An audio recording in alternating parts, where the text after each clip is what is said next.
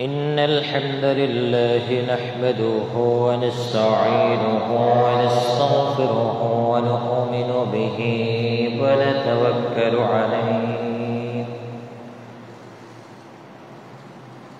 ونعوذ بالله من شرور أنفسنا ومن سيئات أعمالنا من يهده الله فلا مضل له ومن يضلله فلا هادي له أي فلا تجد له وليا مرشدا ونشهد أن لا إله إلا الله وحده لا شريك له والذي لا ند له ولا ند له لا مثل له ولا مثيل له ولا مزيل له لا شبه له ولا شبيه له ولا ولد له ولا والد له وهو الواحد الفرد الصمد لم يلد ولم يولد ولم يكن له كفوا أحد ونشهد أن سيدنا وحبيبنا وطبيبنا ونذيرنا وحبيبنا وحبيب أرواحنا وطبيب ربنا محمدا عبد الله ورسوله أما بعد فقد قال الله تعالى في كلامه المجيد والفرقانه الحميد أعوذ بالله من الشيطان الرجيم بسم الله الرحمن الرحيم إن الله وملائكته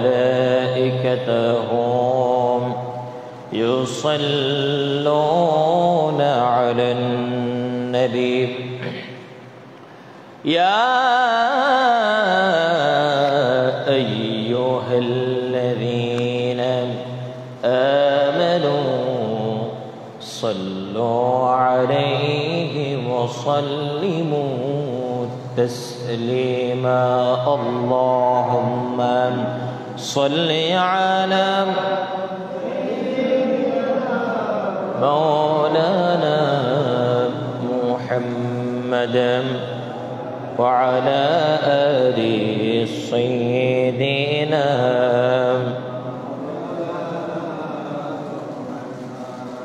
رسول مارالو أشا رسول مار ভালো বাসা রসূল আমার প্রেম বিরহের মূল আলোচনা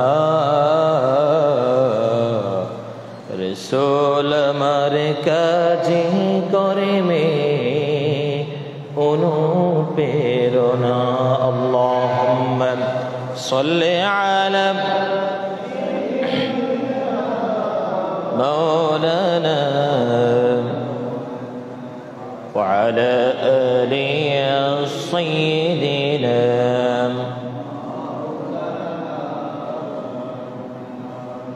রসূল তুমি যে আমার হৃদয় বাগে বুলবুল তোমারি তরে নিবিড় ছোঁয়ায় তোমারি তরে নিবিড় ছোঁয়ায় তাই তো হয়েছি বেকুল হৃদয় বাগে বুলবুল আল্লাহুম্মা সাল্লি আলা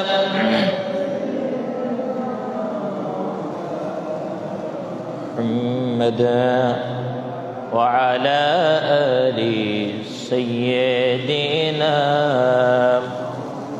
مولانا بلغ العلا بكماله كشف الدجى حصنت جميع خصاله صلوا عليه وآله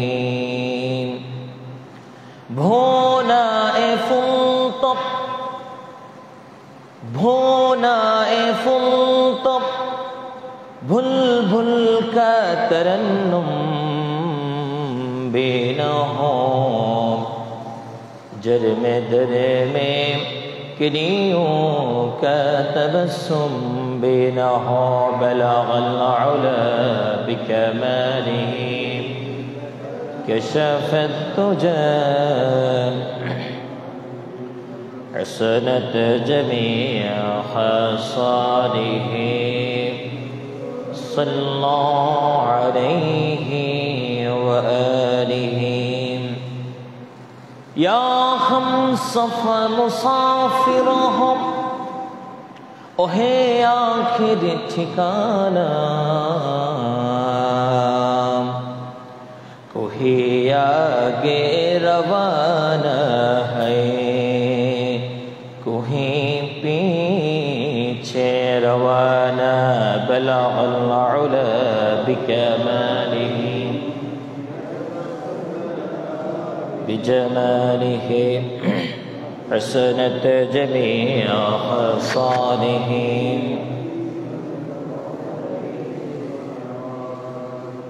مشرق حب محمد مشرق حب محمد مثل عيد ظالمان مثل خرشد شقاس سينعي سجن ما بلغ العلا بكماله كشف الدجى حسنت جميع خصاله صلى الله عليه وآله الحمد لله الله فاك رب العالمين عز والجلال الله رب العالمين পবিত্র মুহররম মাসের দ্বিতীয় জুমাতে আল্লাহ রাব্বুল আলামিনের ঘর বাইতুল্লাহর টুকরাতে আসার এবং বসার দ্বিনীয় দুই একটি কথা বলার শোনার আল্লাহ রাব্বুল আলামিন আমাদেরকে সুযোগ করে দিয়েছেন। এজন্য সে মহান মালিকের দরবারে শুকরিয়া আদায় করছি আলহামদুলিল্লাহ। দরুদ প্রেরণ করছি আমার আপনার প্রিয় নবী সরকার দু আলম ইমামুল আম্বিয়া মুহাম্মদ মুস্তাফা আহমদ মুস্তাফা সাল্লাল্লাহু আলাইহি ওয়াসাল্লামের প্রতি। সম্মানিত উপস্থিতি, আজ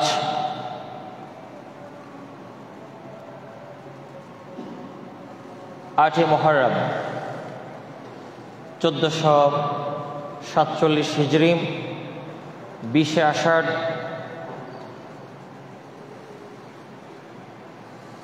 আষাঢ় 1432 বাংলা এবং 4 জুলাই 2025 ইংরেজি।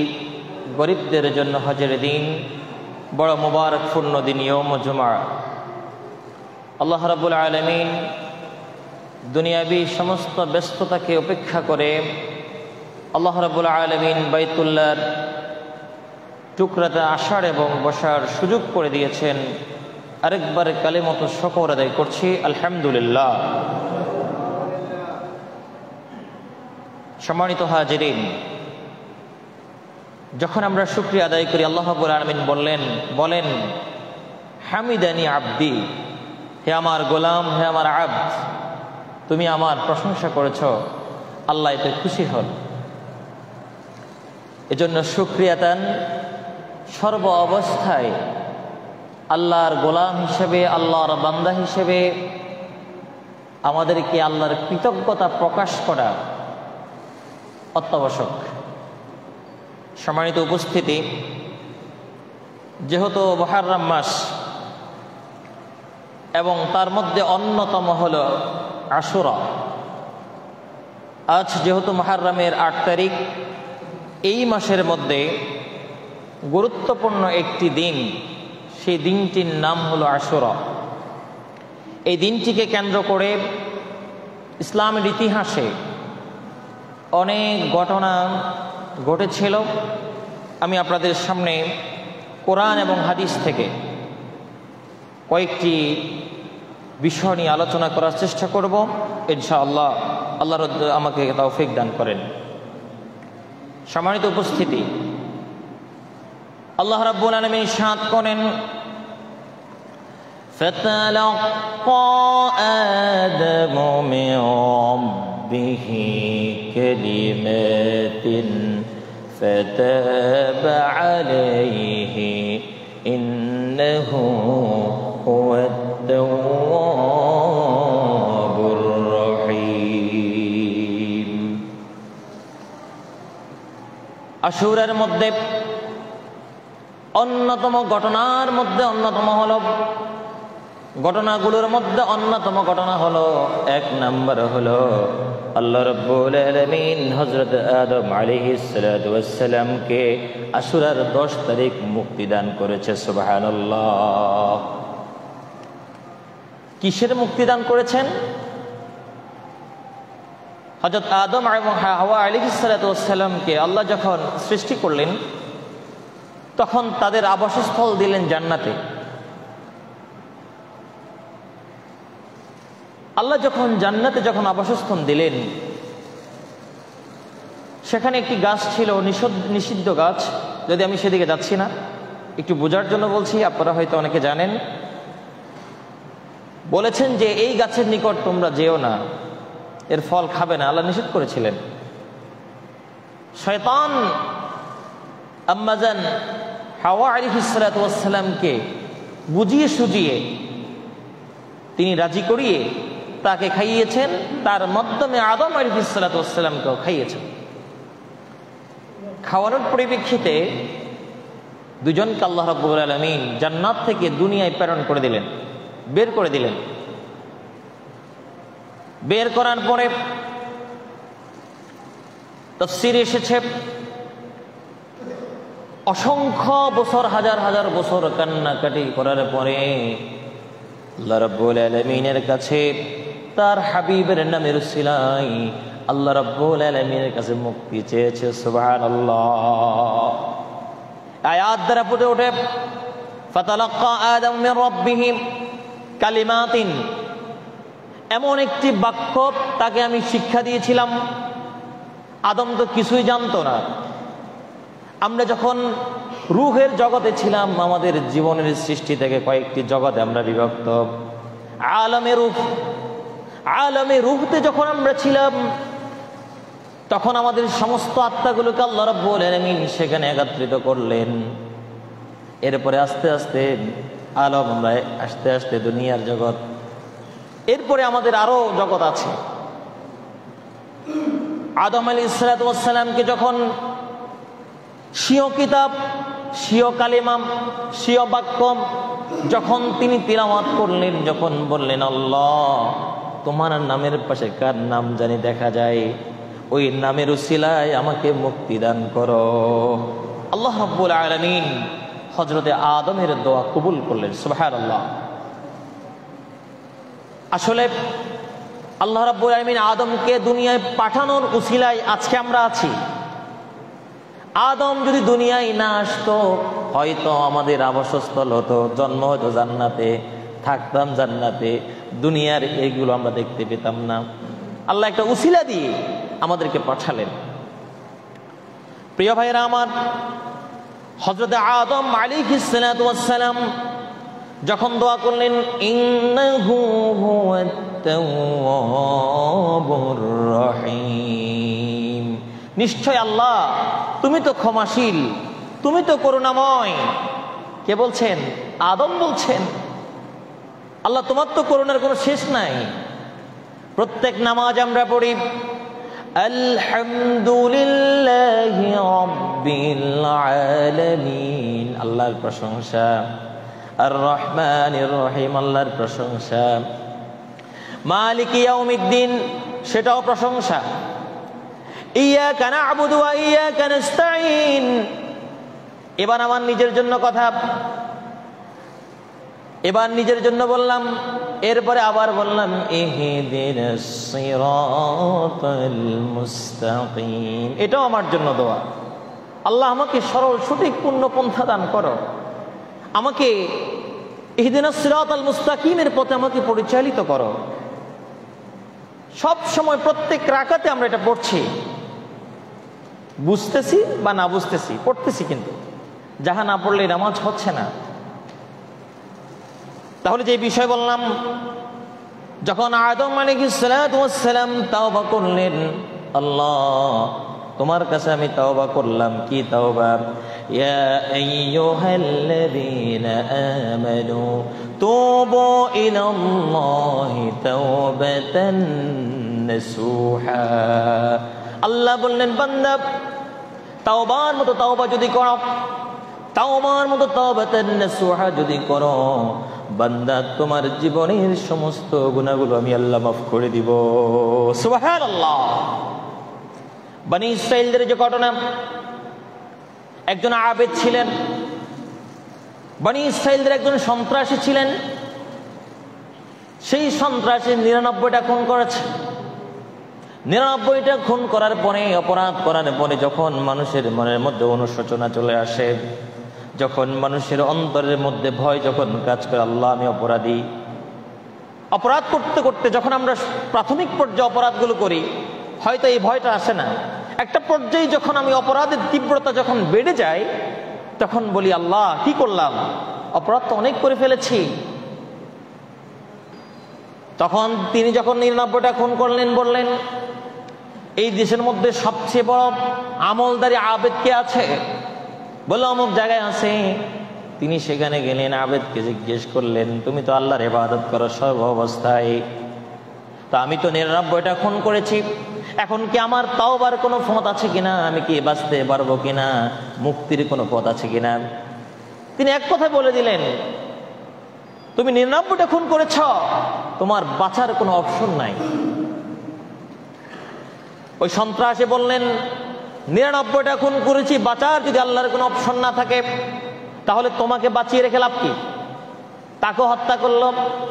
এখন মনের মধ্যে ভয় আরো বেশি লেগে লাগতেছে, হাই হাই কি করলাম, 99টা খুন করেছি, এখন তো আবেদরও মারি ফেললাম। এবার চিন্তা করলো সবচেয়ে বড় আলেমকে খুঁজতেছেন। সবাই দেখিয়ে দিলেন, যাওয়ার পরে বললেন, প্রিয় ভাই আমি তো 99টা খুন করেছিলাম, একজন আবেদকে দিয়ে 100টা খুন করেছি, আমার কি তাওবার কোনো পথ আছে কিনা, বাঁচার কোনো উপায় আছে কিনা, পথ আছে কিনা? তিনি বললেন, তুমি যদি একনিষ্ঠ তাওবাতান নাসুহা করো, তোমার জীবনের সমস্ত গুনাহগুলো আল্লাহ মাফ করে দিতে পারে। সুবহানাল্লাহ। এরপরে তিনি তাওবা করবেন, নিয়ত করেছেন। এমত অবস্থায় নিয়ত করে বাড়িতে ফিরতেছেন। বাড়িতে ফেরার পথে হঠাৎ মালাকুল মাউত তার সামনে চলে আসলো। মালাকুল মাউত যখন সামনে চলে আসলো, এখন জান কবজ যখন করে, আমাদের জানটা দুই জায়গায় যায়, একটা হলো ইল্লিনে আর একটা হলো সিজ্জিনে। এখন রহমতের ফেরেশতারা আসলো, আযাবের ফেরেশতা আসলো। আযাবের ফেরেশতা বলল তার জানটা আমরা কবজ করব। রহমতের ফেরেশতা বলল না, আমরা কবজ করব। দুই ফেরেশতার মধ্যে কথা হচ্ছিল। এমত অবস্থায় তারা আল্লাহর সিদ্ধান্তের জন্য অপেক্ষা করতেছেন। আল্লাহ বললেন, রহমতের ফেরেশতা বললেন ও নিয়ত করে ফেলেছে, একনিষ্ঠ তাওবা করবে, নিয়ত করে ফেলেছে। আযাবের ফেরেশতা বলল এখনো নিয়ত করে নাই, এখনো তাওবাতান নাসুহা করে নাই, অতএব তার জান আমরা নিব। এবার আল্লাহ বললেন যদি সে যে নিয়ত করেছে, যদি নিয়তের দূরত্বটা যদি বেশি হয়, তাহলে তোমরা যারা জান্নাতি ফেরেশতা আছো তোমরা নিবে। আর যদি নিয়তের মধ্যে যদি আযাবের ফেরেশতা যদি জায়গা যদি কম হয়, তাহলে আযাবের ফেরেশতারা নিবে। এ কথা বলার পরে মাফা শুরু করলো। দেখতেছে তিনি যেই পথ অতিক্রম করলেন, নিয়ত করার পরে তার ভালো কাজের জায়গাটা বেশি হয়ে যাচ্ছে। এরপরে রহমতের ফেরেশতারা তার জান কবজ করলেন। সুবহানাল্লাহ। আল্লাহ চাইলে আমরাও যদি এরকম তাওবাতান নাসুহা করি, আল্লাহ চাইলে আমাদের জীবনের সমস্ত গুনাহগুলো মাফ করে দিতে পারেন। তাহলে এক নাম্বার হলো আদম আলাইহিস সালামকে আশুরার 10 তারিখ আল্লাহ মুক্তি দান করেছেন। 2 নাম্বার হলো আল্লাহ রাব্বুল আলামিন হযরত নূহ আলাইহিস সালামকে আশুরার 10 তারিখে মুক্তি দান করলেন। হযরত নূহ আলাইহিস সালামকে দ্বিতীয় আদম বলা হয়। হযরত নূহ আলাইহিস সালাম 950 বছর 950 বছর দিনের দাওয়াত দিয়েছিলেন। আপনারা জানেন, যখন তিনি দিনের দাওয়াত দিয়েছিলেন, কোনো মানুষ ইসলাম গ্রহণ করছেন না, দিন ইসলাম গ্রহণ করছেন না। Islam is complete code of life. ইসলামটা যে আমাদের পূর্ণাঙ্গ একটি জীবন ব্যবস্থা, এই জিনিসটা তিনি মানুষের কাছে প্রচার করছেন, কিন্তু কেউ গ্রহণ করছেন না। এমত অবস্থায় হযরত নূহ আলাইহিস সালামকে বললেন, যখন তিনি দাওয়াত দিতে ক্লান্ত, কিন্তু তিনি ধৈর্য হারান নাই। 950 বছর দিনের দাওয়াত দেওয়ার পরে ধৈর্য হারাই ফেলেছেন। আর আজকে আমাদের অবস্থা যদি এরকম হয়, আমরা যখন দাওয়াত দিতে যাই, একদিন দিলাম, 2-3 দিন দেওয়ার পরে আমরা বিরক্ত, না উনি হবে না, উনি আর হবেন না, তিনি হেদায়েতের পথে মনে হয় আসবে না। ভাই চলেন মসজিদে চলেন, আজান তো হয়ে গিয়েছে, নামাজটা পড়ে আসি। একদিন বললেন, 2 দিন 3 দিন পরে আমরা তার দিকে তাকাইও না। 3 দিন বলেছি তো, সে তো আসছে না, তার আশা ছেড়ে দেয়। কিন্তু নূহ আলাইহিস সালাম 950 বছর দিনে দাওয়াত দিয়েছেন, কিন্তু তিনি ক্লান্ত হননি। তিনি তার দাওয়াতি কার্যক্রম চালিয়ে যাচ্ছেন। এরপরে আল্লাহ রাব্বুল আলামিন ঘোষণা দিলেন, ওয়াকিল ইয়া আরদু বলঈ মাআকি ওয়া ইয়া সামাউ আqli'i গীদাল মা ওয়া কুদিয়াল আমরু ওয়াস্তাওয়াত আলাল বুজুম। এরপরে তিনি যখন জমিনের মধ্যে তিনি যখন জমিনের মধ্যে দাওয়াত দিতে দিতে ক্লান্ত হয়ে গেলেন, তিনি যখন দাওয়াত দিতে লাগছে, এমত অবস্থা আল্লাহ বললেন, ও নূহ তুমি একটা নৌকা বানাও। নৌকা যখন বানাচ্ছিল, তার কওমের লোকেরা বলল, এ তো পাগল হয়ে গেছে। মুহাম্মদুর রাসূলুল্লাহকে যেরকম তহমত দিয়েছিল ইতিপূর্বে, নূহ আলাইহিস সালামকে তহমত দিচ্ছিল। পাহাড়ের উপরে দেখতেছে একটা নৌকা বানাই দিচ্ছে। আমাদের দেশে যদি কেউ যদি পাহাড়ের উপরে একটা নৌকা বানায়, মানুষ তো পাগলই বলবে নাকি, যে এখানে কোনো পানি নাই, কিছু নাই, এখানের মধ্যে নৌকা বানাই দিয়েছে, এই নৌকা দিয়ে কি হবে? তিনি নৌকা তৈরি করলেন। এরপরে নৌকা তৈরি করার পরে তিনি তার কওমের লোকরা বললেন, সবাই উঠো, যারা ঈমান আনয়ন করেছো তারা তোমরা সবাই উঠো, আর তোমরা প্রত্যেকটা বকরি, গৃহপালিত যে পশু আছে, 2টা করে পশু উঠাও, নৌকার মধ্যে 2টা করে পশু উঠাও। উঠালেন, দেখতেছে হঠাৎ করে পাহাড়ের নিচ থেকে পানি বের হচ্ছে। পানি হতে হতে এমন একটা পর্যায়ে চলে আসছে, সব প্লাবিত হয়ে গিয়েছে। নূহ আলাইহিস সালাম তার সন্তানকে এবং স্ত্রীকে বললেন, আসো, তোমরা তো আমার সন্তান, নৌকার মধ্যে আসো, ঈমান গ্রহণ করো। নূহ আলাইহিস সালামের ছেলে বললেন, কোরআনের আয়াতের অর্থ বলছি, নূহ আলাইহিস সালামের ছেলে বললেন, না, আমি পাহাড়ে, বড় পাহাড়ে উঠে যাব, আর সেখানে আমি বেঁচে যাব। আমি একটা বড় পাহাড়ে উঠে যাব, আমাকে এই পানি স্পর্শ করতে পারবে না। অথচ নূহ আলাইহিস সালাম যখন পানি যখন বাড়তেছে, সব প্লাবন হয়ে গিয়েছে, সব মরে শেষ। শুধুমাত্র তার সেই নৌকার মধ্যে যে সকল মানুষ যে উঠেছে তারা ছাড়া। এরপরে কিছুক্ষণ পরে দেখলেন, ওয়াকিলা ইয়া আরদু বলঈ মাই ওয়া ইয়া সামাউ আqli'i ওয়াগীদাল মাউ। দেখতেছে আস্তে আস্তে আল্লাহ বললেন, এই পানি তুমি শুকিয়ে যাও, পানি তুমি চলে যাও। পানিকে নির্দেশ দিলেন, আকাশকে বললেন, আকাশ তুমি তোমার স্বাভাবিক রূপে ফিরে আসো। জমিনকে বললেন, জমিন তুমি তোমার স্বাভাবিক রূপে ফিরে আসো। সব কিছু আল্লাহ রাব্বুল আলামিন বললেন। আল্লাহ রাব্বুল আলামিন বলার সাথে সাথে সব কিছু আবার আগের মতো হয়ে গেল। শুধুমাত্র তার সেই নৌকার মধ্যে যারা ছিল তারা ছাড়া দুনিয়ার সমস্ত মানুষ মরে শেষ। সবকে আল্লাহ রাব্বুল আলামিন চূর্ণ বিচূর্ণ করে দিয়েছে। এরপর থেকে পৃথিবী আবার নতুন করে তার যাত্রা শুরু করলো। শেষ অংশে বলছেন, ওয়াস্তাওয়াত আলাল ওয়ুজুদি ওয়া ক্বিলা বু'দান লিল কওমিল যালিমিন। শেষ অংশে যেটা বললেন সেটা হলো, অন্যায়কারীরা আল্লাহর রহমত হতে দূরে থাকে। যারা অন্যায়কারী, যুগে যুগে যারা ফিরআউনের পথ অনুসরণ করেছে, ফিরআউনের ঘটনাটা একটু পরে আসবে, তাদেরকে আল্লাহ রাব্বুল আলামিন যুগে যুগে এভাবে ধ্বংস করে দিয়েছে। যুগে যুগে তাদেরকে এইভাবে নিঃশেষ করে দিয়েছে, যাদের চিহ্ন পর্যন্ত নাই। ফিরআউন কি বলছে, আনা রাব্বুকুমুল আলা, আমি হলাম সবচেয়ে বড় খোদা, মানো।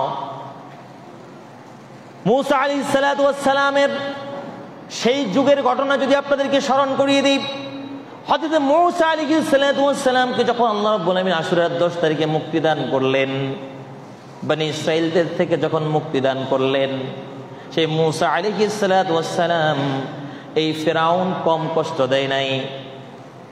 এমত অবস্থায় মূসা আলাইহিস সালামকে যখন তার জন্ম গ্রহণ করার আগে ফিরআউনের কাছে কিছু গণক ছিল, গণক দিয়ে যখন গণালেন, সে দেখতেছে একটা ছেলে জন্মগ্রহণ করবে যার হাতে তার সিংহাসন তছনছ হয়ে যাবে।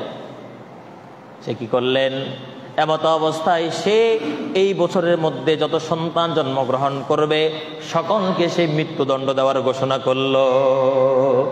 সকলকে মৃত্যুদণ্ড দেওয়ার ঘোষণা করল। হযরতে মূসা আলাইহিস সালাম যখন জন্মগ্রহণ, আল্লাহ রাব্বুল আলামিন কত কৌশলে তার জন্মটা করালেন। এরপরে মূসা আলাইহিস সালামের মাকে বললেন, আল্লাহ নির্দেশ দিলেন যে তুমি তোমার সন্তানটাকে নদীর মধ্যে একটা বাক্স বানিয়ে ছেড়ে দাও, আমি চাইলে আবার তোমার কাছে তোমার সন্তানটাকে ফিরিয়ে দিব। এমত অবস্থায় নদীর মধ্যে ছেড়ে দেওয়া হলো। হযরতে মূসা আলাইহিস সালাম, হযরত ইব্রাহিম আলাইহিস সালাম, হযরত ইব্রাহিম আলাইহিস সালামের সেই নমরুদের ঘটনা বলতে চাচ্ছিলাম। ইব্রাহিম আলাইহিস সালামের সেই নমরুদের সেই ঘটনা, এই আশুরার 10 তারিখে হযরত ইব্রাহিম আলাইহিস সালামকে এবং মূসা আলাইহিস সালামকে মুক্তিদান করলেন। মূসা আলাইহিস সালামকে মুক্তিদান করলেন ফিরআউন থেকে, আর ইব্রাহিম আলাইহিস সালামকে মুক্তিদান করলেন নমরুদের সেই আগুন থেকে। আল্লাহ রাব্বুল আলামিন কোরআনের মধ্যে আমাদেরকে ঘোষণা দিলেন, আল্লাহ রাব্বুল আলামিন ঘোষণা দিয়েছেন, ক্বালু হাররিকুহু ওয়ানসুর আলিহাতাকুম ইন কুনতুম ফাইলুন। ইব্রাহিম আলাইহিস সালামকে যখন পোড়ানোর সিদ্ধান্ত গ্রহণ করল, যখন নমরুদ চিন্তা করল ইব্রাহিমকে পোড়ানোর সিদ্ধান্ত এই জন্য গ্রহণ করছে, 1 নাম্বার কারণ হলো হযরত ইব্রাহিম আলাইহিস সালাম আল্লাহর দাওয়াত দিচ্ছেন, রিসালাতের দাওয়াত দিচ্ছেন। ইব্রাহিম আলাইহিস সালাতু ওয়াস সালাম বললেন, লা ইলাহা ইল্লাল্লাহ, আল্লাহ ছাড়া কোনো মাবুদ নাই। নমরুদের গায়ে আগুন ধরে গেছে। বলে কি এটা? নমরুদে বলে, যাকে আমি লালন পালন করলাম, আমার সিংহাসনের মধ্যে যাকে আমি লালন পালন করলাম, সে বলতেছে আল্লাহ ছাড়া নাকি কোনো মাবুদ নাই। সে বলতেছে আমি আল্লাহর রাসূল। আল্লাহর রাসূল বলতেছে ইব্রাহিম আলাইহিস সালাতু ওয়াস সালাম। ইব্রাহিম আলাইহিস সালাতু ওয়াস সালাম যখন 2 নাম্বার কারণ হলো, ইব্রাহিম আলাইহিস সালাতু ওয়াস সালামকে মারার 2 নাম্বার কারণ হলো, ইব্রাহিম আলাইহিস সালাতু ওয়াস সালাম সবগুলো মূর্তি ভেঙে খান করে দিয়েছে। সবগুলো মূর্তি ভেঙে ফেলেছে, বড় মূর্তিটা রাখছে। ইব্রাহিম আলাইহিস সালাতু ওয়াস সালামের সেই কওমের লোকেরা, আমি সংক্ষেপে বলছি, সেই কওমের লোকেরা আসি দেখতেছে কি ব্যাপার, একটা মূর্তিও নাই, শুধু বড় মূর্তিটা ছাড়া। ইব্রাহিম আলাইহিস সালাতু ওয়াস সালাম হিকমতের সহিত বললেন, মনে হয় তোমাদের বড় মূর্তিটা ছোটগুলো সব মেরে ফেলেছে। তাদের আর বুঝতে বাকি নাই, মনে হয় ইব্রাহিম সব মূর্তি ভেঙে তছনছ করে দিয়েছে। ইব্রাহিম বললেন, যার তুমি পূজা করতেছ, যাকে তুমি রব হিসেবে পালন করতেছ, যাকে তুমি সৃষ্টিকর্তা মানো, যাকে তুমি পালনকর্তা মানো, হুকুমদাতা মানো, সেই নিজেও তো নিজেকে রক্ষা করতে পারে না, সেই কিভাবে তোমাদের ভাগ্যের পরিবর্তন ঘটাবে? ইব্রাহিম আলাইহিস সালাতু ওয়াস সালাম যখন এগুলো বলতেছেন, যুক্তি দেখাচ্ছেন, দলিল যখন উপস্থাপন করতেছেন, দলিল প্রেজেন্টেশন দেখে তারা তো অবাক হয়ে গিয়েছে। ইব্রাহিম কি বলে, এরকম যদি চলতে থাকে তাহলে নমরুদ চিন্তা করলো, তাহলে তা আমার সিংহাসনও থাকবে না, সব তো চূর্ণ বিচূর্ণ হয়ে যাবে। কি বলে সে? সিদ্ধান্ত গ্রহণ করলো, আগুনের কুণ্ডুলি বানাও, আগুনের কুণ্ডুলি বানাও। আর আগুনের কুণ্ডুলি বানানো হলো, বিশাল আগুনের গর্ত বানানো হলো, লাকড়ি দিয়ে জ্বালানো ধাওয়া উত্তপ্ত আগুন বানানো হলো। এরপরে উত্তপ্ত আগুন বানানোর পরে বললেন ইব্রাহিমকে, এরপর আগুনের মধ্যে ছেড়ে দাও। আল্লাহ বললেন, তোমরা যতই কৌশল করো না কেন, আমার কৌশল হলো শ্রেষ্ঠতম কৌশল। আল্লাহ ইব্রাহিম আলাইহিস সালাতু ওয়াস সালাম সম্পর্কে আগুনকে বলে দিলেন, কুল্লা ইয়া নারি কুনি বারদাও ওয়া সালামান আলা ইব্রাহিম। খবরদার হে আগুন, আমার ইব্রাহিমের যাতে করে একটা পশম যাতে করে না পড়ে যায়। আল্লাহ ঘোষণা দিচ্ছেন কাকে? আগুনকে। আগুন, তুমি তোমার রূপটা পরিবর্তন করে আমার ইব্রাহিমের জন্য আগুনটাকে শীতল করে দাও। সুবহানাল্লাহ। আগুনটা ঠান্ডা হয়ে গেল, তারা তো অবাক হয়ে গেল, আগুনের মধ্যে সে বসে আছে, কিন্তু চামড়ার কোনো দাগ লাগে নাই, একটা পশমও পড়ে যায় না। তাদের সমস্ত চক্রান্ত আল্লাহ ব্যর্থ করে দিয়েছেন। যেরকম মুহাম্মদুর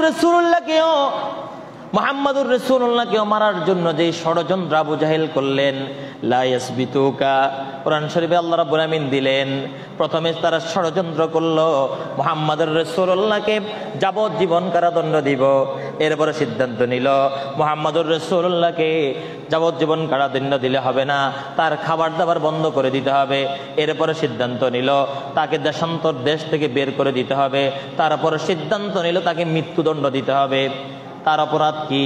একটা মাত্র অপরাধ। তিনি ঘোষণা দিচ্ছেন, লা ইলাহা ইল্লাল্লাহ মুহাম্মাদুর রাসূলুল্লাহ। মুহাম্মাদুর রাসূলুল্লাহ থেকে আবু জাহেল কি কোনো সম্পত্তি পাবে?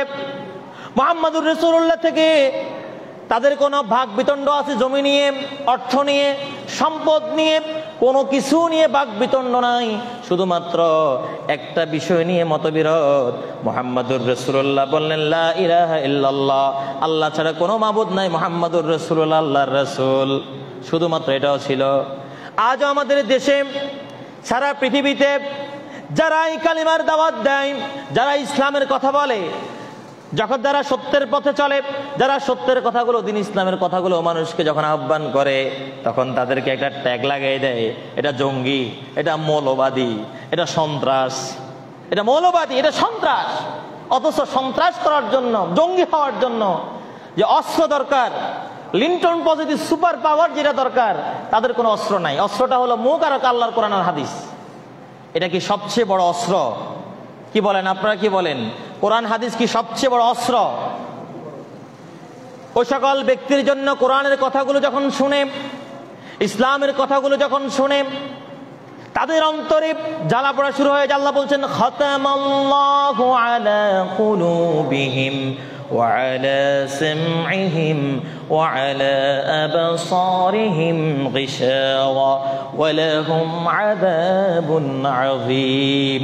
ও সকল ব্যক্তিদের অন্তরে জ্বালা ধরে যাদের অন্তরে আল্লাহ সিল মেরে দিয়েছেন, সিল গালা করে দিয়েছেন, যাদেরকে বহিষ্কার করে দিয়েছেন ইসলাম থেকে, তাদের অন্তরে শুধু জ্বালা ধরে।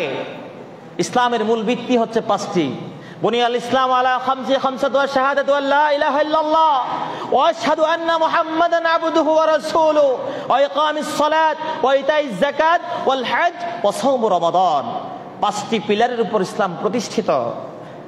এক নাম্বার হলো বুনিয়াল ইসলাম আলা খামসাত ওয়া শাহাদাতু আল্লা ইলাহা ইল্লাল্লাহ, আমি সাক্ষ্য দিচ্ছি আল্লাহ ছাড়া কোনো মাবুদ নেই, মুহাম্মাদুর রাসূলুল্লাহ আল্লাহর রাসূল। আপনি যখন সাক্ষ্য দিচ্ছেন আল্লাহ ছাড়া কোনো মাবুদ নেই, তাহলে আপনার সেই সাক্ষ্যটা যদি সত্যি হয়ে থাকে, আপনার দ্বারা অপরাধ হবে, আপনার দ্বারা অপরাধ সংঘটিত হবে। আপনি কি অপরাধ করতে পারেন? তখন আপনার মনের মধ্যে আসবে আল্লাহ যেহেতু আমার রব, আমি যখন কোনো কাজ করতে যাচ্ছি আমার আল্লাহ তো দেখছেন। আলাইসাল্লাহু বিআহকামিল হাকিমিন। আল্লাহ বললেন দুনিয়ার বিচার করো তুমি, মানুষকে মিথ্যা তহমত দিয়ে, মানুষকে ট্যাগ লাগিয়ে জঙ্গি বানিয়ে মানুষকে তুমি হয়তো দুনিয়ার আদালতে শাস্তি দিতে পারবে, কিন্তু আমি বললাম আলাইসাল্লাহু বিআহকামিল হাকিমিন, আমার সেই বিচার চূড়ান্ত বিচার আমার সেই জায়গায় হবে, ঠিক কিনা? আলাইসাল্লাহু বিআহকামিল হাকিমিন, চূড়ান্ত বিচারের জন্য তুমি তোমাকে প্রস্তুত করো। আল্লাহ যখন বলেন মালি হাযাল কিতাব লা ইগাদিরু সাগীরাতান ওয়ালা কাবীরাতান ইল্লা আহসাহা, আসো তোমার আমলনামা খুলো, please take your book and right hand side, নাও তোমার ডান হাতে তোমার আমলনামা নাও। আমাদের আয়েশাকে জিজ্ঞেস করলেন ডান হাতে আমলনামা মানে কি? বললেন সে আনন্দে এত বেশি খুশি হবে, এত বেশি আনন্দে উল্লসিত হবে, তার মতো খুশি আর কেউ হবে না ডান হাতে আমলনামা যখন দেওয়া হবে। বলো পড়ো, ক্যান রাইট হ্যান্ড সাইড পড়ো, ডান দিক থেকে পড়ো। লা ইগাদিরু সাগীরাতান ওয়ালা কাবীরাতান ইল্লা আহসাহা, তোমার জীবনের ছোট কাজটাও সেখানে বাদ পড়ে নাই, বড় কাজটাও যেটা করেছো বাদ পড়ে নাই। তুমি আজকে দেশের জন্য কাজ করছো সেটাও লেখা আছে, আজকে তুমি অন্যের জমি দখল করেছো সেটাও লেখা আছে, ঘুষ খেয়ে মানুষকে কলমের খোঁচা দিয়ে লক্ষ লক্ষ টাকা দেশ থেকে বিতাড়িত করে দিয়েছো সেটাও লেখা আছে, আছে না? আছে। আপনি মনে করছেন আমি তো আল গিনা গিনান নাফস, রাসূল বললেন আমি তো দুনিয়ায় মনে হয় অনেক সুখে আছি, আমি তো অনেক টাকা পয়সার মালিক, অনেক পয়সা করি আমার আছে, আমি সরকারের গুরুত্বপূর্ণ পদে আছি, আমার একটা কলমের খোঁচা দিলে লক্ষ কোটি টাকা আমার পকেট, আমার ব্যাংক অ্যাকাউন্টে চলে আসে, আমি তো অনেক খুশি আছি। আল্লাহ বললেন, আল্লাহ রাসূল বললেন না, আল গিনা গিনান নাফস, ছোট্ট একটা হাদিস আমরা ছোটবেলায় পড়েছি, মাস্টার্সে গিয়ে তখন বুঝতে পেরেছি আসলে আল গিনা গিনান নাফস রাসূলের ছোট্ট কথা কি বুঝালেন। হাদিসটি যখন ব্যাখ্যা পড়লাম তখন বুঝতে পারলাম আসলে না, রাসূল তো ছোট কথা দিয়ে অনেক বিশাল কিছু বুঝালেন, যে তোমার প্রকৃত ধনী ওই ব্যক্তি যে মন থেকে ধনী, মন থেকে সুখী। আপনি মনে করছেন কোটি টাকার মালিক আমি অনেক সুখে থাকবো, না, আপনি সুখে থাকতে পারবেন না, আপনাকে এটা কষ্ট দিচ্ছে, আপনার রাতের ঘুম হারাম করছে। একজন রিক্সা চালক, সে যখন সারাদিন রিক্সা চালায়, রাতে একটা আরাম ঘুম দেয়, পাশ দিয়ে তার গাড়ি যাচ্ছে কোনো খবর নাই, রাস্তার পাশে শুয়ে আছে কোনো খবর নাই, কিন্তু আমাদের পকেটে লক্ষ লক্ষ হাজার হাজার টাকা আছে, কিন্তু রাতের বেলা ঘুম নাই। ডাক্তার আমাকে নিষেধ করেছে আপনি আমিষ প্রোটিন খেতে পারবেন না, আমিষ খেতে পারবেন না, এটা আপনার জন্য নিষিদ্ধ। আপনার ডায়াবেটিস হয়েছে, আপনার হাই প্রেশার হয়েছে, আপনার হার্টে ব্লক হয়েছে, আপনাকে প্রতি বেলায় আপনাকে অ্যাটোবা খেতে হবে, বাইচরন খেতে হবে, আপনাকে বিভিন্ন ঔষধ মেডিসিন গ্রহণ করতে হবে, কারণ আপনার টাকাটা অবৈধ, আপনার টাকাটা অবৈধ। আপনি কলমের খোঁচা দিয়ে মানুষকে ফাঁসির মঞ্চে ঝুলিয়েছেন, আপনি কলমের খোঁচা দিয়ে মানুষকে লক্ষ লক্ষ মানুষকে নির্যাতন নিপীড়ন করেছেন। আল্লাহ বলছে আলাইসাল্লাহু বিআহকামিল হাকিমিন, আমার চূড়ান্ত বিচারের জন্য তুমি প্রস্তুত করো নিজেকে। তাহলে প্রিয় ভাইরা আমার, আল্লাহ বলে ফামান ইয়ামাল মিসকালা যাররাতিন খায়রান ইয়ারা ওয়া মান ইয়ামাল মিসকালা যাররাতিন শাররান ইয়ারা। আমি যাররা পরিমাণ অনুপরিমাণ তুমি যে নেক আমল করেছো আমি তোমার প্রতি অবিচার করব না, এটা আমি তোমাকে দিবই। আর তুমি যদি যাররা পরিমাণ অপরাধ যদি করো তাহলে মনে রাখো সেটাও তোমার আমলনামায় লেখা থাকবে, কিরামান কাতিবিন ইয়ামালুনা মা তাফআলুন। তোমার দুই কাজে দুইজন ফেরেশতা আছে, এই কাতিব ফেরেশতাগুলো লিখছেন, সব কিছু লিপিবদ্ধ করছেন কেনা? বিশ্বাস করি কিনা? আল্লাহ বলছে কিরামান কাতিবিন, তোমার কিরামান কাতিবিন লিখছেন। আর সেদিন বলবে নাও তোমার আমলনামা, তুমি নিজেই পড়ো। সেদিন আমরা নিজেকে বিশ্বাস করতে পারবো না, আসলে আমি কি এত অপরাধ করেছিলাম? আল্লাহ বললেন স্টপ, তোমার মুখটাকে আজকে কস্টিভ লাগিয়ে দেওয়া হয়েছে। তোমার হাত কথা বলবে, কোরআন বলছে, তোমার পা কথা বলবে, তোমার অঙ্গ প্রত্যঙ্গ কথা বলবে, তোমার কথা বলবে। আজকে মডেল মসজিদে তুমি জুমার নামাজ পড়েছো, যে সাক্ষ্য দিবে, হাত দিবে, কপাল আমার সাক্ষ্য দিবে। তাহলে প্রিয় ভাইরা আমার, যে কথা বলতে চাচ্ছিলাম, হযরত ইব্রাহিম আলাইহিস সালাতু ওয়াস সালামকে নমরুদের সেই জ্বালাময়ী বিপদ থেকে, নমরুদের সেই আগ্রাসনী আচরণ থেকে আল্লাহ রাব্বুল আমিন মুক্তি দান করেছেন। এরপরে মুসা আলাইহিস সালাতু ওয়াস সালামকে আল্লাহ রাব্বুল আমিন মুক্তি দান করেছেন। বলেছিলাম হযরত আইয়ুব আলাইহিস সালাতু ওয়াস সালামের ঘটনা বলে আমি আমার আলোচনার প্রায় সময় শেষ হয়ে গিয়েছে। হযরত আইয়ুব আলাইহিস সালাতু ওয়াস সালাম আল্লাহর নবী ছিলেন। আইয়ুব আলাইহিস সালাতু ওয়াস সালামকে আল্লাহ রাব্বুল আলামিন এমন রোগ দিলেন পরীক্ষা করার জন্য। আইয়ুব আলাইহিস সালাতু ওয়াস সালামের শরীরে একটা চর্মরোগ দিলেন। তার স্কিনগুলো দিনে দিনে সব নষ্ট হয়ে যাচ্ছে, পচে যাচ্ছে। এমত অবস্থায় আইয়ুব আলাইহিস সালাতু ওয়াস সালাম আল্লাহর কৃতজ্ঞতা প্রকাশ করতে 1 মিনিটের জন্য বলেন নাই, আল্লাহর ইবাদত করতে বলেন নাই। আইয়ুব আলাইহিস সালাতু ওয়াস সালাম আল্লাহ রাব্বুল আলামিন পরীক্ষা করছেন আইয়ুবকে, দেখি আইয়ুব কি করে, আমারও কৃতজ্ঞ হয়ে যায় কিনা।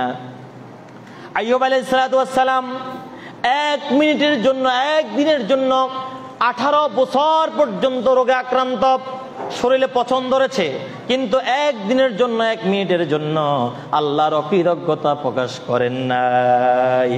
আমরা তো একটু নুন থেকে চুন ঘষলে এত ইবাদত করি, এত দোয়া করি, আল্লাহ আমাদের দোয়া শুনে না, দোয়াই করব না। আল্লাহর এত দোয়া করি, আল্লাহ আমাদের দোয়া কেন শুনেন না? প্রিয় ভাই, দোয়া কবুল হওয়ার জন্য, আপনার দোয়া কবুল হওয়ার জন্য কয়েকটা শর্ত আছে। 1 নম্বর শর্ত, 1 নম্বর দোয়া কবুলের শর্ত হলো হালাল রিজিক অন্বেষণ করা, হালাল খাওয়া। তা আপনি যে হালাল খাচ্ছেন, হালাল তো খাচ্ছেন না। চাকরি করছেন, সেখানে কিভাবে আমি লুকোচুরি করা যায়, ব্যবসা করছেন কিভাবে সেখানে ফল করা যায়, কিভাবে মাপে কম দেওয়া যায়, কিভাবে মূল্য বেশি নেওয়া যায়। হালাল রিজিক হয়েছে, 5 ওয়াক্ত নামাজ জামাতে পড়তে পড়তে কপাল কালো হয়ে গিয়েছে, হজ করেছেন, যাকাত দিয়েছেন, সব পড়তেছেন, কিন্তু দিন শেষে বলছে হুজুর আমার এত দোয়া করি, একটা দোয়া আল্লাহ কবুল করেন না। কিন্তু আপনি পড়ছেন, যেটা পরে পরিধান করছেন সেই পোশাকটাও আপনার হারাম টাকায় কিনা, হালাল টাকায় কিনা নয়। তাহলে প্রিয় ভাই আমার, আইয়ুব আলাইহিস সালাতু ওয়াস সালাম আল্লাহর কৃতজ্ঞ বান্দা নবী, কিন্তু পরীক্ষা করার জন্য আল্লাহ রাব্বুল আলামিন, পরীক্ষা করার জন্য আল্লাহ রাব্বুল আলামিন চাচ্ছে আসলে সে কি আমার অকৃতজ্ঞ হয়ে যায় কিনা। কিন্তু সর্ব অবস্থা আল্লাহর কৃতজ্ঞতা প্রকাশ করতেছে। এরপরে যখন জিহ্বায় পছন্দ ধরেছে, বলতেছে আল্লাহ ইন্নী মাসসানিয়াদ দুররু, ও আল্লাহ আমি কি তোমার নামে প্রশংসা করব না, তোমার নামটাকে আমি তেলাওয়াত করব না, আমাকে কি রোগ থেকে মুক্তি দান করো। আল্লাহ বলার সাথে সাথে আল্লাহ বললেন তুমি তোমার পা দিয়ে আঘাত করো, পা দিয়ে আঘাত করো, পানি বের হবে, আর সে পানি তুমি পান করো, গোসল করো, তোমার রোগ এমনি সেরে যাবে। সুবহানাল্লাহ। আল্লাহ রাব্বুল আলামিন আইয়ুব আলাইহিস সালাতু ওয়াস সালামকে মুক্তি দান করলেন। আল্লাহ আইয়ুব আলাইহিস সালাতু ওয়াস সালামের রোগগুলো সেরে দিলেন, রোগ চলে গেল, আবার তিনি আগের পুনরায় জীবন শুরু করলেন। এই রোগের মধ্য দিয়ে হযরতে আইয়ুব আলাইহিস সালাতু ওয়াস সালামের আল্লাহ রাব্বুল আমিন পরীক্ষার মধ্যে তার সন্তানগুলো কেড়ে নিলেন। যত সন্তান আছে সব সন্তানকে কেড়ে নিলেন। যত সম্পত্তি ছিল, তিনি অনেক সম্পত্তির মালিক ছিলেন, সব সম্পত্তি নিয়ে গেলেন রোগের মধ্য দিয়ে। এরপর আবার তার পুনরায় জীবন আবার শুরু হলো, আবার সব কিছু তাকে আগের থেকে ভালোভাবে আল্লাহ ফিরিয়ে দিয়েছেন। সুবহানাল্লাহ। আমরা তো মনে করছি সম্পদ যদি চলে যায়, হায় হায় আমার তো আর সম্পত্তি আসবে না, হাই হতাশ, সন্তান একটা আল্লাহ নিয়ে গিয়েছে, আর তো সন্তান আমাকে দিবে না। আল্লাহর এত কৃতজ্ঞতা বান্দা আমি নামাজ কালাম পড়ি, রোজা রাখি, হজ করি, সব কিছু করি, কিন্তু সর্ব অবস্থায় দেখি আল্লাহ আমার সাথে ব্যতিক্রম আচরণ করেন। আউযুবিল্লাহ, এটা বলা যাবে না। আপনার কার্যক্রম আমার কার্যক্রম চলমান থাকবে। আল্লাহ যা করে আমার জন্য কল্যাণের জন্য করে। সর্বশেষ যে পয়েন্ট, সেই পয়েন্টটি হলো হযরতে হুসাইন রাদিয়াল্লাহু তাআলা আনহুকে এই আশুরার 10 তারিখে সেই কারবালার প্রান্তরে নির্মমভাবে শহীদ করেছেন। সেই শহীদ করার অন্যতম পয়েন্ট, আমি সংক্ষেপে দুই একটা পয়েন্ট বলছি। অন্যতম কারণ হলো হযরতে ইমাম হুসাইনকে শহীদ করার অন্যতম কারণ হলো ক্ষমতার লোভ, ক্ষমতার অপব্যবহার। ইয়াজিদ যখন, মুআবিয়ার সন্তান ইয়াজিদ যখন ক্ষমতায় জোর করে দখল করলেন, লম্বা ঘটনা, জোর করে গঠন করা যখন তিনি ক্ষমতায় বসলেন, ইমাম হুসাইনকে কুফাবাসী চিঠি দিল, বললেন ইমাম হুসাইন আপনি রাসূলের বংশধর, আপনি আসাদুল্লাহিল গালিব, দুনিয়ার সমস্ত কাফিরদের বিরুদ্ধে আল্লাহ রাব্বুল আলামিন যাকে বাঘ বানিয়ে পাঠিয়েছেন তার সন্তান, আপনি মুহাম্মদুর রাসূলুল্লাহর নাতি। বিভিন্নভাবে খুশি করালেন, বললেন ইয়াজিদকে আমরা প্রেসিডেন্ট হিসেবে মানি না, আপনি আসেন, আপনার কাছে আমরা বাইয়াত গ্রহণ করব।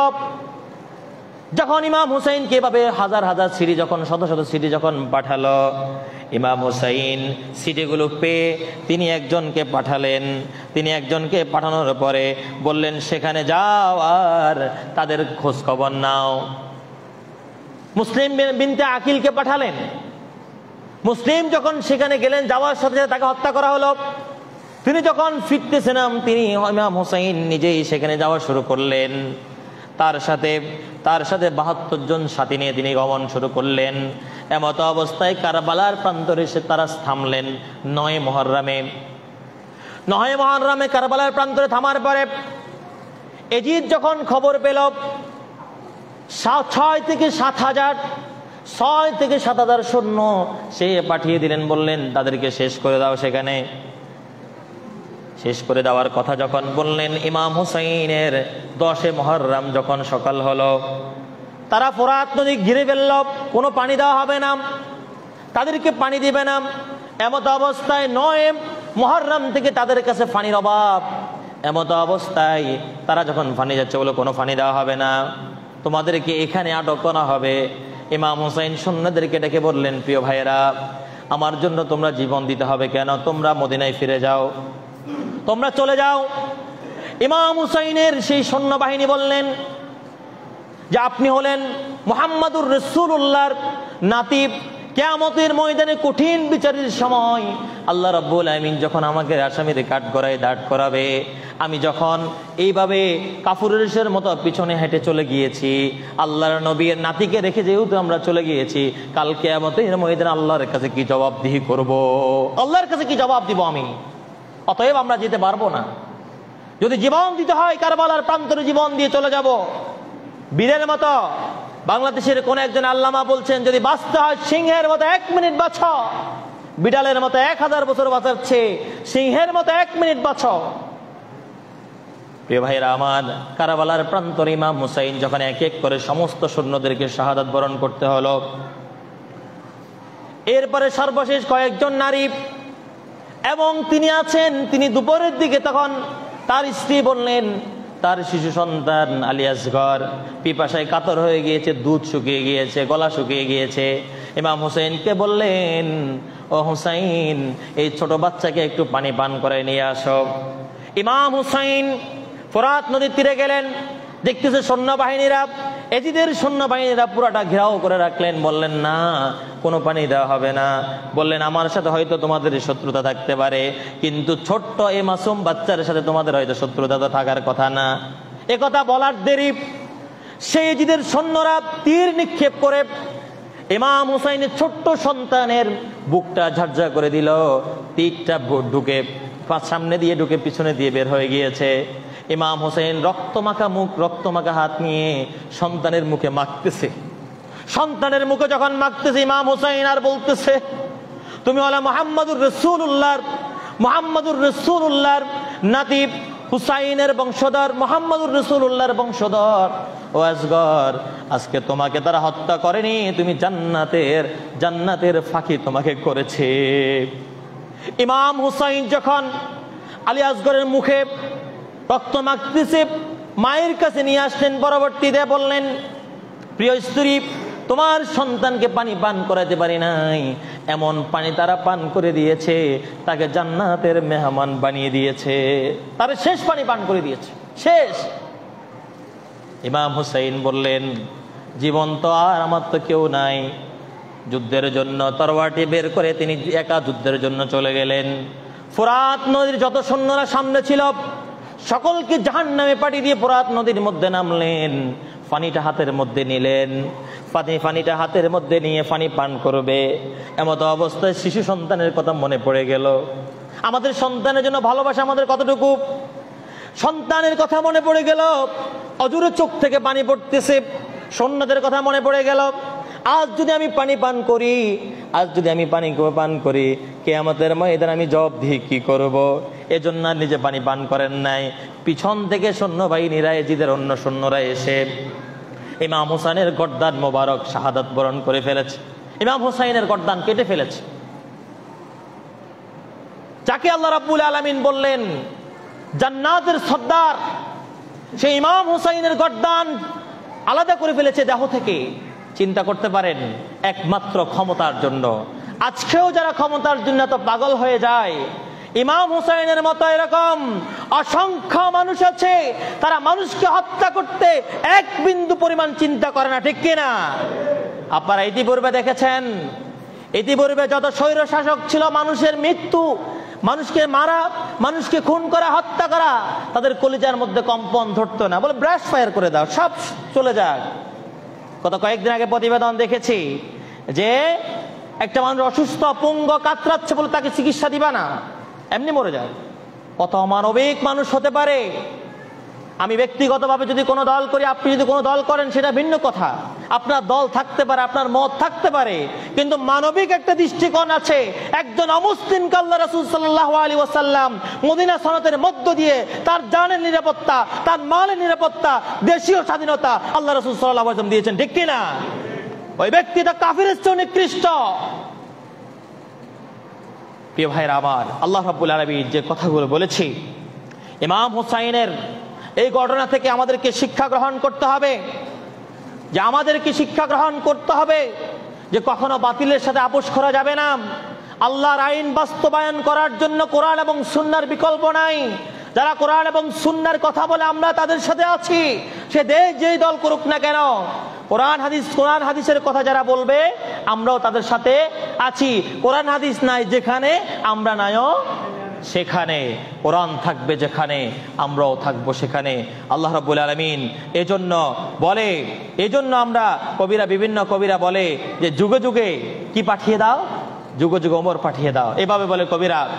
একটা ওমর এই জামানায় দাও হে মেহেরবান, একটা ওমর এই জামানায় দাও হে মেহেরবান, দিনের পথে অকাতরে বিলিয়ে দেবে প্রাণ, দিনের পথে অকাতরে বিলিয়ে দেবে প্রাণ, একটা ওমর এই জামানায় দাও হে মেহেরবান, ঠিক কিনা?